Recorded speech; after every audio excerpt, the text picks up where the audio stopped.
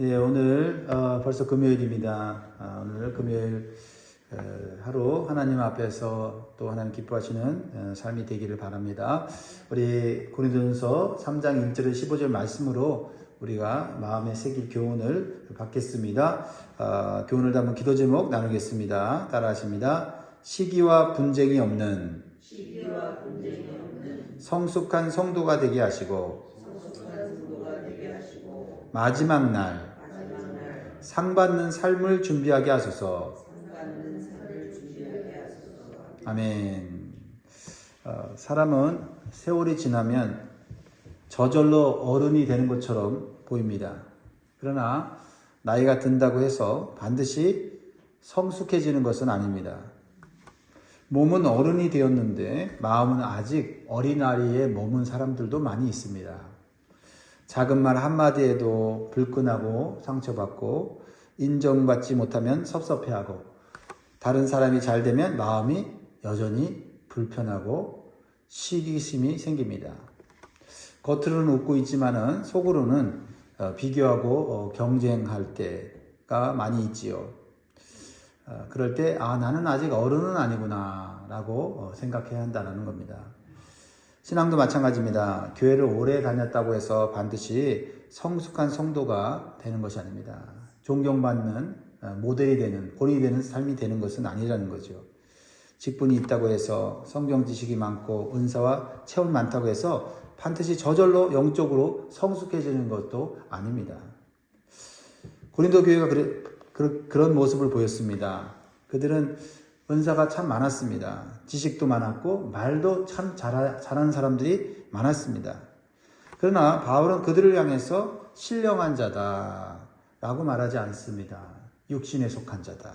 즉 그리스도 안에서 어린아이다라고 말합니다. 예수 안 믿는 사람이라 말하지 않고 예수 안에서 어린아이다라고 말을 하고 있다는 겁니다. 왜냐하면 그들 안에 어린아이와 같은 시기와 분쟁이 여전히 있었기 때문이지요. 그래서 오늘 본문 우리에게 도전하며 질문합니다. 나는 나이가 들었고 신앙의 연수가 오래됐는데 성숙한 신앙인가? 어른인가? 라는 것입니다. 내 신앙은 예수 그리스도 위에 세워지고 있는가? 아니면 사람 위에 세워지고 있는가? 무엇보다 중요한 것은 마지막 날 하나님 앞에서 부끄럽지 않을 삶을 살고 있는가라는 겁니다. 사람 앞에서가 아니라 하나님 앞에서 나는 정직하게 살아가고 있는가라는 거죠. 오늘 말씀을 통해서 성숙한 성도가 되기 위해서 우리가 가져야 될 자세와 버려야 할 것들을 함께 살펴보고자 합니다. 첫 번째는 성숙한 성도는 시기와 분쟁을 버리고 그리스도 안에서 하나됨의 힘을 다합니다. 시기와 분쟁이 사라지려면 목표가 분명하고 목표가 성경적이어야 한다는 거죠. 그렇죠? 시기와 분쟁을 없애려고 노력하면 그게 없어지지 않습니다. 그러나 목표가 성경적이면 시기와 분쟁을 이겨낼 수가 있지요. 그것은 그리스도 안에서 교회가 하나 되는데 힘쓰는 거예요. 하나 될 때 기뻐하는 그 마음을 체험하면 시기하지 않습니다. 경쟁하지 않습니다. 3절을 봅니다. 너희는 아직도 육신에 속한 자로다. 너희 가운데 시기와 분쟁이 있으니 어찌 육신에 속하여 사람을 따라 행함이 아니리요 라고 사도 바울은 고린도 교회의 문제를 아주 정확하게 진단하고 있습니다. 그들의 문제는 단순히 의견 차이가 아니었습니다. 그들의 문제는 마음속에 있는 것이었죠. 시기와 분쟁입니다. 시기는 무엇입니까? 다른 사람이 잘 되는 것을 기뻐하지 못하는 마음이에요. 분쟁은 무엇입니까? 내 생각, 내 편, 내 자존심을 앞세워서 공동체를 갈라놓는 행위입니다. 바울은 이것을 육신에 속한 자라고 말하고 있지요. 육신에 속한 자라는 표현은 단순히 죄인이다, 죄성을 가졌다라는 뜻이 아닙니다. 이것은 예수님은 믿지만 아직도 생각과 감정과 반응이 세상 방식에 붙들려 있는 것을 말하는 거죠. 어떻게 보면 겉모양은 그리스도인인데 마음은 아직 세상에 머물러 있는 세상 방식, 태도, 그러한 세상의 기준에 의해서 작동되는 상태다라는 거죠.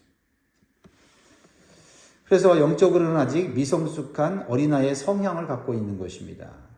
1절에 이렇게 표현하죠. 형제들아 내가 신령한 자들을 대함과 같이 너희에게 말할 수 없어서 육신에 속한 자 곧 그리스도 안에서 어린아이들을 대함과 같이 하노라. 교회 안에서 가장 위험한 말 중에 하나가 뭔지 아십니까? 나는 누구 편이다. 나는 말이에요. 고린도 교회 성도들은 사역자를 중심으로 편가르기를 했습니다. 나는 바울 편이다. 나는 아볼로 편이다. 이분들은 다 누굽니까? 고린도 교회를 목회했던 사역자들이죠. 그러나 바울은 묻습니다. 아볼로는 무엇이며 바울은 무엇이냐? 그들이 교회의 주인이 아니라 주님의 종인 사역자일 뿐이다. 이렇게 말을 하고 있지요. 오늘날 교회의 모습으로 말하자면 이렇게 표현할 수 있습니다. 성도들이 나는 저 목사 스타일만 좋다. 나는 저 사람과만 잘 맞는다. 내가 섬기는 부서가 제일 중요하다.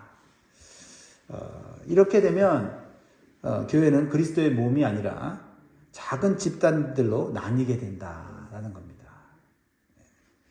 좋은 동기에서 누군가를 칭찬하고 내 부서를 중요하게 여기는 것은 좋지만 그것이 분열되고 분쟁되는 상황으로 간다는 사실을 또한 우리는 경각심을 가져야 된다는 거죠. 사랑하는 성도 여러분, 성숙한 성도는 사람을 높이는 사람이 아니라 그리스도만을 높이는 사람입니다. 성숙한 성도는 자기 편을 만드는 사람이 아니라 공동체를 세우는 사람이에요.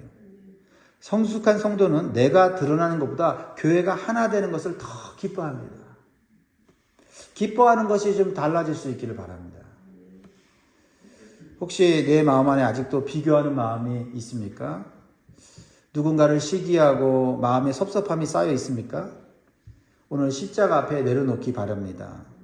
예수님은 우리를 위해 자신을 낮추셨습니다. 모든 것을 내려놓으셨죠. 그래서 우리가 그 십자가 앞에 서면 교만할 수가 없습니다. 주님께서 우리에게 주시는 성숙은 남을 이기는 성숙이 아니라 남을 세우는 성숙입니다. 교회 안에서 내 편을 넓히는 것이 아니라 그리스도의 몸을 세우는 데 힘을 사용해야 합니다. 사랑하는 성도 여러분, 우리 교회는 모두 시기와 분쟁의 불씨를 버리고 그리스도 안에서 건강한 교회를 세우는 성숙한 성도가 되기를 주의 이름으로 축복합니다. 자, 두 번째, 성숙한 성도는 어떤 사람일까요? 사람을 자랑하지 않고 잘하게 하시는 하나님을 의지하는 성도입니다. 자, 6절, 7절을 봅니다. 바울이 농사의 비유로 말을 하죠. 자, 6절, 7절 잘 이해가 되게 말씀하고 있습니다. 같이 있습니다. 시작. 나는 심었고 아볼로는 물을 주었으되 오직 하나님께서 자라나게 하셨나니 그런즉 심는 이나 물 주는 이는 아무것도 아니로되 오직 자라게 하시는 이는 하나님뿐이니라. 바울은 자신과 아볼로의 역할을 농사의 일에 비유를 하고 있죠. 바울은 뭐 했습니까? 심었습니다. 교회를 심었습니다. 아볼로는 물을 주었습니다. 교회에 물을 주었다는 거죠. 그러나 교회를 자라게 하시는 분은 누구다? 하나님이다. 그러니까 이 말씀은 굉장히 균형 있는 말씀이에요. 사도 바울이 주님의 일을 하는 사역자를 무시하지도 않습니다. 필요 없다고 말하잖아요. 필요하다. 교회는 심는 사람도 필요하고 물주는 사람도 필요하다. 그러나 생명의 성장은 사람의 손에 달려있지 않고 하나님께 달려있다라는 거죠. 다 연결되어 있다는 거죠. 그러나 가장 중요한 것은 뭐다? 하나님이 하시는 거다. 그러니까 씨를 심는 농부가 아무리 부지런하게 일을 해도 씨앗 속에 뭘 넣을 수는 없어요? 생명을 넣을 수는 없어요. 그죠? 물을 주고 땅을 돌볼 수는 있지만 싹이 나고 열매를 맺게 할 수는 없다. 그것은 하나님이 하시는 일이다. 이 부분이 균형이 있게 돼요. 하나님이 다 하시는데 뭐 내가 할 필요가 있나? 내가 수고할 필요가 있나? 하나님이 열매 맺게 하시는데 어차피 열매 맺을 거 내가 앞장설 필요가 있나? 그렇지 않다는 거죠. 하나님이 그런 사람에게 열매를 주지 않고 그런 사람에게 자라게 하지 않는다라는 거죠. 그러니까 우리의 쓰고 땀, 헌신 필요하고 중요하다. 그러나 더 중요한 것을 깨달아라. 감사하지 않습니까? 예. 그리고 물 주고 심는 걸로 자라게 하거나 열매 맺게 하지 못하지만 하나님 하신 일이지만 물 주고 심는 일로 인해서 하나님은 합당한 상을 주신다. 예. 그렇죠? 여기 나오죠. 8절에 심는 이와 물 주는 이는 한 가지이나 각각 자기가 일한 대로 자기의 상을 받으리라. 이 말씀이 오늘 저는 참 위로받고 힘이 되더라고요. 그렇죠? 열매 맺지 못한 것 때문에 낙심되고, 예? 잘하지 못한 것 때문에 때로는 나 자신의 한계를 느끼잖아요. 그런데 하나님은 내가 수고하고 헌신하고 발버둥 친 것까지도 쳐준다. 쳐서 합당한 상을 주시고 위로를 주시고 격려해 주신다는 것이 내가 잘 못해도 그렇죠? 연약해도 내가 끝까지 해야 되겠다. 할 수 있을 만큼 해야 되겠다. 이런 마음이 들지 않습니까? 그렇습니다. 목회자가 설교하고 권면할 수 있습니다. 부모가 자녀를 위해 기도하고 말씀을 가르칠 수가 있어요. 교사가 사랑으로 아이들을 섬길 수 있습니다. 그러나 사람의 마음을 변화시키고 믿음을 자라게 하시는 분은 하나님이십니다. 그것을 알아야 우리가 지치지 않고 그것을 알아야 우리가 포기하지 않는다는 거죠. 이렇게까지 내가 자녀를 위해서 기도하고 이렇게까지 자녀를 헌신했는데 자녀의 믿음이 아직도 자라나지 않는 것 때문에 힘들어하는 부모들이 너무 많죠. 거기에 집중하면 잘하게 하고 열매 맺게 하는데 내가 집중하면 지금 해야 될 일도 안 하게 되잖아요. 포기하게 되잖아요. 주저앉게 되잖아요. 그러므로 성숙한 성도는 사람을 지나치게 높이지 않습니다. 또한 자신이 한 일을 지나치게 자랑하지도 않습니다. 내가 했다가 아니라 하나님의 은혜로 하셨다라고 고백을 하죠. 그래서 우리는 결과 때문에 쉽게 교만에 져서는 안 됩니다. 또한 결과 때문에 쉽게 낙심해서도 안 된다라는 겁니다. 잘하게 하시는 분은 오직 하나님이시다. 이 말이 우리에게 두 가지 교훈을 줘요. 정리하자면 첫째, 교만하지 말라. 둘째, 낙심하지 말라는 거죠. 당장 열매가 안 보여도 하나님은 일하고 계시다. 내가 할 수 있는 것과 하나님이 할 수 있는 것은 다릅니다. 이것이 바뀌면 문제가 생기는 것 같아요. 그렇죠? 내가 자라나게 하려고 하는 것은 하나님의 일인데 그것 때문에 낙심하게 되고 또 내가 열매 맺고 뭔가 성취를 이루면 내가 이룬 것처럼 생각하잖아요. 그건 하나님이 하신 건데. 그러니까 우리는 심는 것과 물 주는 것만 하면 되는 거예요. 나머지는 하나님이 하십니다. 그러므로 성숙한 성도는 조급하지 않습니다. 주어진 일에 묵묵히 충성합니다. 오늘도 기도하며 기다립니다. 오늘도 믿음으로 끝까지 하나님을 신뢰합니다. 그러면 하나님이 잘하게 하시고 열매 맺게 하십니다. 사랑하는 여러분, 혹시 요즘 낙심하고 계십니까? 왜 변화가 없지? 왜 열매가 없지? 오늘 말씀을 다시 기억하십시오. 오직 하나님께서 잘하게 하신다. 우리가 알 일은 충성입니다. 성장은 하나님께 맡기는 겁니다. 당장의 결과보다 하나님을 신뢰하며 끝까지 충성하는 성숙한 성도로 살아가시기를 바랍니다. 세 번째로는요, 성숙한 성도는 예수 그리스도라는 유일한 터 위에 인생과 신앙을 세웁니다. 우리의 삶의 기초가 뭐냐, 그게 중요하죠. 11절 말씀입니다. 11절 같이 있습니다. 시작. 이 닦아둔 것 외에 능히 다른 터를 닦아둘 자가 없으니 이 터는 곧 예수 그리스도라. 사람들이 인생의 기초를 여러 군데 둔다는 얘기죠. 그런데 우리 신앙인이 특히 성숙한 성도들은 오직 예수 그리스도 위에만 신앙을 세우고 삶을 세운다는 거죠. 그래서 건축의 비유를 하는 겁니다. 건물을 지을 때 가장 중요한 것은 겉모양이 아닙니다. 인테리어가 아닙니다. 뭐죠? 기초죠. 아무리 아름답고 웅장한 건물이라도 기초가 약하면 언젠가는 무너지게 돼 있다는 거죠. 무너질 건물 짓지 말자는 거죠. 신앙도 마찬가지죠. 우리의 신앙은 감정 위에 세워지면 흔들립니다. 사랑 위에 세워지면 실망합니다. 환경 위에 세워지면 불안합니다. 가만히 생각해보면 내가 실망할 때, 내가 흔들릴 때, 내가 불안할 때를 보면 내 기초가 그리스도가 아니에요. 사람이에요. 어떤 업적이에요. 결과, 열매, 여기에다가 기초를 세우려고 하다 보니까 세워지다가 흔들리고 무너지더라고요. 사랑하는 성도 여러분, 평안할 때는 잘 몰라요. 그러나 인생의 폭풍이 오면 내가 무엇 위에 서 있는지를 그때 깨닫게 됩니다. 건강이 흔들릴 때, 물질이 무너질 때, 관계가 깨어질 때, 사역의 열매가 안 보일 때, 그때 내 신앙의 기초가 아주 적나라하게 드러난다는 거죠. 오직 예수 그리스도만이 흔들리지 않는 터입니다. 그리스도의 십자가와 부활이 우리 신앙의 기초예요. 그리스도의 말씀이 우리의 삶의 기준입니다. 흔들릴 때 있어요. 넘어질 때 있어요. 그런데 넘어졌는데 예수님이 계셔. 흔들렸는데 예수님의 말씀이 그 자리에 있으면 우리는 다시 일어나고 다시 회복된다는 거죠. 왜 하나님 안 믿는 세상 사람들이 그렇게 성공하고 엄청난 업적을 남긴 다음에 인생 마지막에 흔들리고 넘어졌을 때 그들이 왜 허물을 느낍니까? 아무것도 없는 거예요. 그런데 우리 그리스도인들은 때때로 흔들리고 넘어지고 실패했어도 예수님 붙잡고 살아왔으면 그 자리에 예수님이 계신 거예요. 다시 일어나는 거예요. 그리고 내가 잘못된 터위에 내 인생을 세우고 있지 않은가, 다시 돌아보게 된다는 거죠. 얼마나 감사합니까? 그래서 성숙한 성도는 내가 무엇을 이루었는가 보다 내가 무엇 위에 서 있는가를 먼저 묻는다라는 겁니다. 그렇죠? 사역도, 가정도, 직장도, 인간관계도 예수 그리스도의 위에 세워져야 될 줄 믿습니다.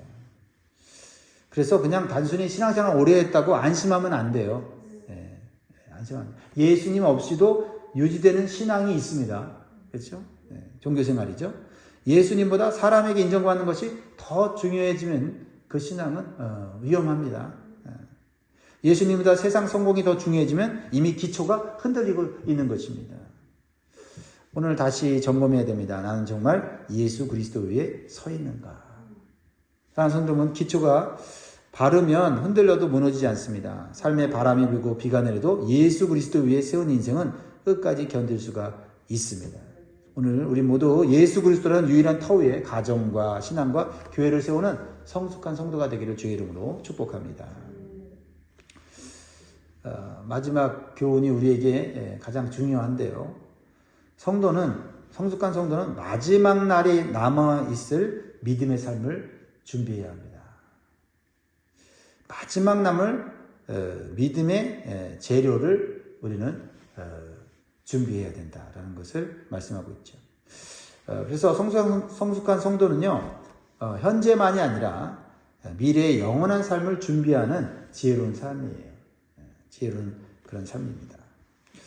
12절, 13절, 14절, 15절인데 우리 같이 중요한 거니까 교독하면서 읽어보겠습니다. 12절 제가 읽겠습니다.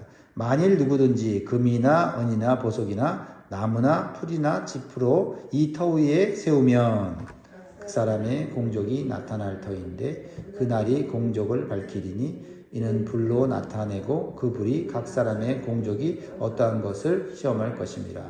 만일 누구든지 그 위에 세운 공적이 그대로 있으면 상을 받고 누구든지 그 공적이 불타면 해를 받으리니 그러나 자신은 구원을 받되 불 가운데서 받은 것 같으리라.